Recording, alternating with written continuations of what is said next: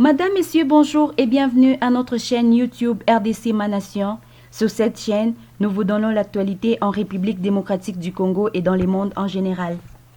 Et si vous êtes nouveau sur cette chaîne, nous vous demandons de bien vouloir vous abonner et aussi de cliquer la cloche de notification afin de ne pas louper nos prochaines publications.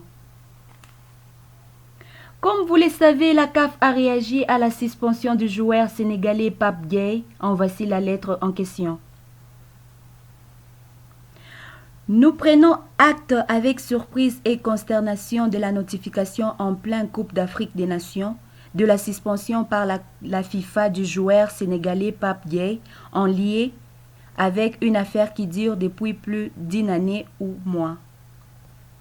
Engagé dans la CAN en cours, le joueur en question a appris cette décision dans le bus l'amenant au stade avec ses coéquipiers pour les matchs Sénégal-Guinée d'hier. Que les choses soient claires, la présente n'est pas une contestation de la décision elle-même, mais une protestation contre sa notification à un moment particulièrement inopportun, en pleine compétition phare du continent. Dans cette affaire, et selon ma compréhension, rien n'empêchait l'organe ou les responsables compétents d'attendre 3 semaines jusqu'à la fin de la compétition. C'est à se demander si cet organe ou ses employés de la FIFA ont conscience que la CAN existe et qu'elle se joue en ces moments. Aurait-il publié de la sorte sans attendre une suspension à l'encontre d'Mbappé en plein héros?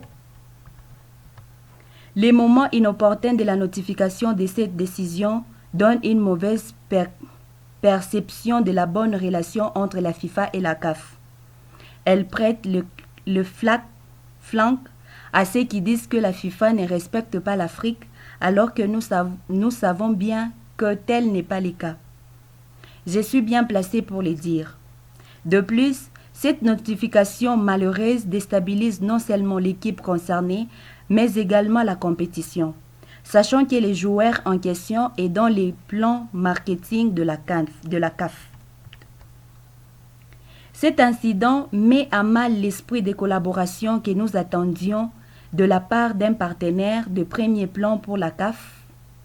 Nous comptons sur vous pour prendre des mesures adéquates afin d'éviter de tels inconforts à l'avenir et pour expliquer aux besoins les différentes compétitions de la CAF, aux employés de la FIFA, notamment ceux de la division légale. Si vous avez aimé la vidéo, n'oubliez pas de liker, de partager et aussi de s'abonner.